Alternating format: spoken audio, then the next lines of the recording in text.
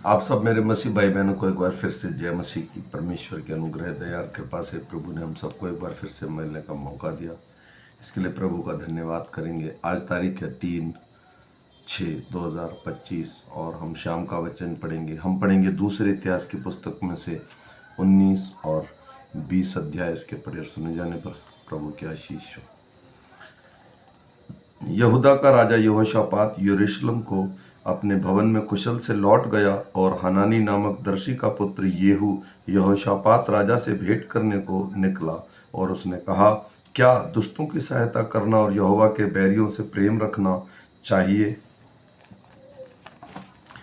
इस काम के कारण यहोवा की ओर से तुझ पर क्रोध भड़का है, तो भी तुझ में कुछ अच्छी बातें पाई जाती हैं। तूने अपने देश में से आशूरों को नष्ट किया और अपने मन को परमेश्वर की खोज में लगाया है। यहोशापात यरूशलेम में रहता था और उसने बेरशेबा से लेकर एप्रेम के पहाड़ी देश तक अपनी प्रजा में फिर दौरा करके उनको अपने पितरों के परमेश्वर यहोवा की ओर फेर दिया। फिर उसने अपने यहूदा के एक एक गढ़ वाले नगर में न्याय ठहराए और अपने न्यायियों से कहा, सोचो कि क्या करते हो, क्योंकि तुम जो न्याय करोगे वह मनुष्य के लिए नहीं यहोवा के लिए करोगे, और वह न्याय करते समय तुम्हारे साथ रहेगा। अब यहोवा का भय तुम में बना रहे, चौकसी से काम करना, क्योंकि हमारे परमेश्वर यहोवा में कुछ भी कुटिलता नहीं है और ना वह किसी का पक्ष करता है और ना घूस लेता है। यरूशलेम में भी यहोशापात ने लेवियों और याजकों और इज़राइल के पितरों के घराने के कुछ मुख्य पुरुषों को यहोवा की ओर से न्याय करना और मुकदमे को जांचने के लिए ठहराया। उनका न्याय आसन यरूशलेम में था। उसने उनको आज्ञा दी, यहोवा का भय मानकर सच्चाई और निष्कपट मन से ऐसा करना। तुम्हारे भाई जो अपने अपने नगर में रहते हैं, उनमें से जिसका कोई मुकदमा तुम्हारे सामने आए, चाहे वह खून का हो, चाहे व्यवस्था अपनी किसी आज्ञा या विधि या नियम के विषय हो, उनको चिता देना कि यहोवा के विषय दोषी ना हो। ऐसा ना हो कि तुम पर और हमारे भाइयों पर उसका क्रोध भड़के। ऐसा करो तो तुम दोषी ना ठहरोगे। और देखो, यहोवा के विषय के सब मुकदमे में अम्रिहा महायाजक और राजा के विषय में सब मुकदमे में यहूदा के घराने का प्रधान इस्माइल का पुत्र जबोद्याह तुम्हारे ऊपर अधिकारी है, और लेवी तुम्हारे सामने सरदारों का काम करेंगे। इसलिए हियाव बांधकर काम करो और भले मनुष्य के साथ यहोवा रहेगा। इसके बाद मोआबियों और अम्मोनियों और उसके साथ के कई मुनियों ने युद्ध करने के लिए यहोशापात पर चढ़ाई की। तब लोगों ने आकर यहोशापात को बता दिया, ताल के पार से एदोम देश की ओर से एक बड़ी भीड़ तुझ पर चढ़ी आ रही है, और देख, वह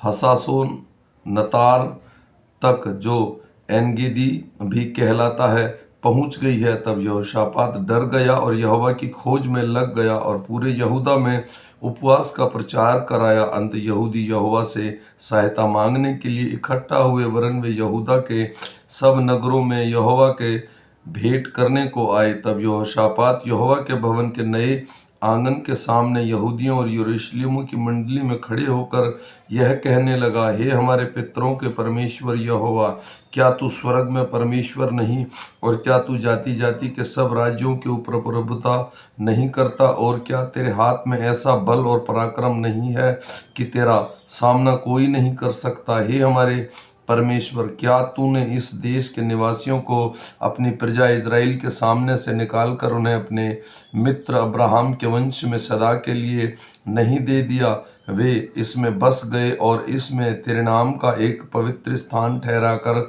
कहा, यदि तलवार या मरी अथवा अकाल या और कोई विपत्ति हम पर पड़े, तो भी हम इस भवन के सामने और तेरे सामने तेरे नाम से इस भवन में बसा है खड़े होकर अपने कलेश के कारण तेरी दुहाई देंगे, और तू सुनकर बचाएगा। और सब अमोनी और मोआबी और सेईर के पहाड़ के देश के लोग, जिन पर तूने इज़राइल को मिस्र देश से आते समय चढ़ाई करने न दिया, और वे उसकी ओर से मुड़ गए और उनका विनाश ना किया, देख, वे ही लोग तेरे लिए तेरे दिए हुए अधिकार के इस देश में जिसका अधिकारी तूने उन्हें दिया है, हमको निकाल कर कैसा बदला हमें दे रहे हैं। हे हमारे परमेश्वर, क्या तू उनका न्याय ना करेगा? यह जो बड़ी भीड़ हम पर चढ़ाई कर रही है, उनके सामने हमारा तो बस नहीं चलता और हम कुछ सूझता नहीं कि हमें क्या करना चाहिए,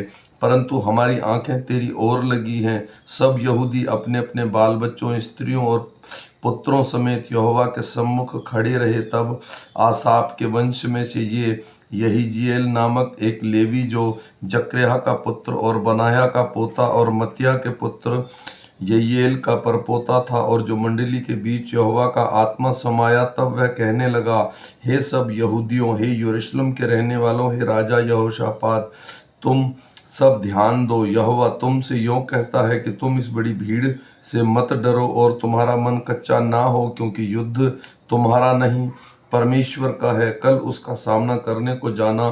देखो, वे शीश की चढ़ाई पर चढ़े आते हैं और यूरेल नामक जंगल के सामने नाले के सिरे पर तुम्हें मिलेंगे। इस लड़ाई में तुम्हें लड़ना ना होगा। हे यहूदा और हे यरूशलेम, ठहरे रहना और खड़े होकर यहोवा की ओर से अपना बचाव देखना।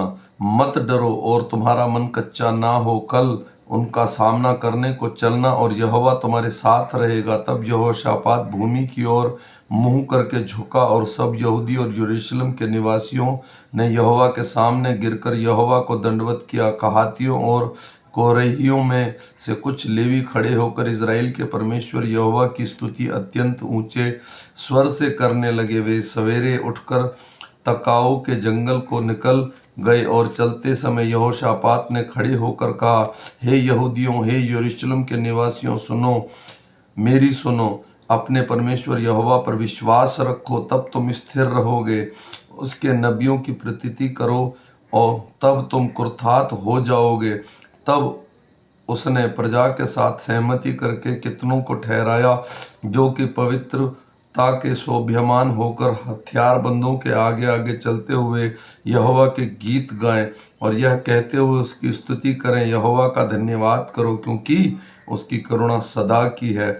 जिस समय वे गाकर स्तुति करने लगे, उसी समय यहोवा ने अम्मोनियों, मोआबियों और सेईर के पहाड़ी देश के लोगों को जो यहूदा के विरुद्ध आ रहे थे, घातकों को बैठा दिया और वे मारे गए, क्योंकि अम्मोनियों और मोआबियों ने सेईर के पहाड़ देश के निवासियों को डराने और सत्यानाश करने के लिए उन पर चढ़ाई की। और जब वे सेईर के पहाड़ी देश के निवासियों का अंत कर चुके, तब उन सबों ने एक दूसरे का नाश करने में हाथ लगाया। जब यहूदियों ने जंगल की चौकी पर पहुंचकर उस भीड़ की ओर दृष्टि की, तब क्या देखा कि वे भूमि पर पड़े हुए शव हैं और कोई नहीं बचा। तब यहोशापात और उसकी प्रजा लूट लेने को गए और शवों के बीच बहुत सी संपत्ति और मन भावने गहने मिले। उन्होंने इतने गहने उतार लिए कि उसको उन्हें नहीं ले जा सके, वरन लूट इतनी मिली कि बटोरते बटोरते 3 दिन बीत गए।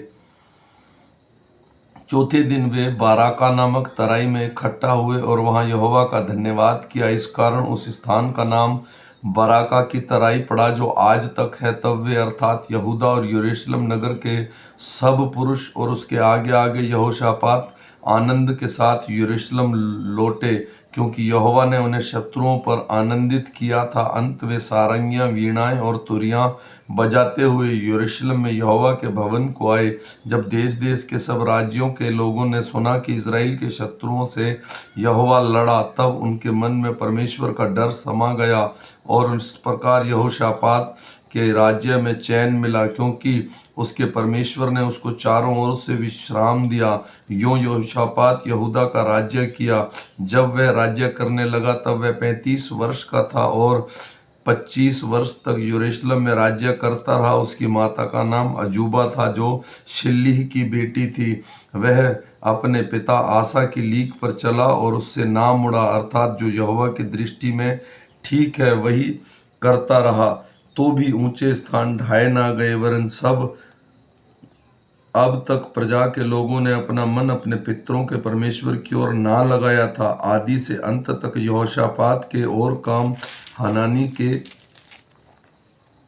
पुत्र येहू के विषय में उस वृत्तांत में लिखे हैं जो इज़राइल के राजाओं के वृत्तांत में पाया जाता है।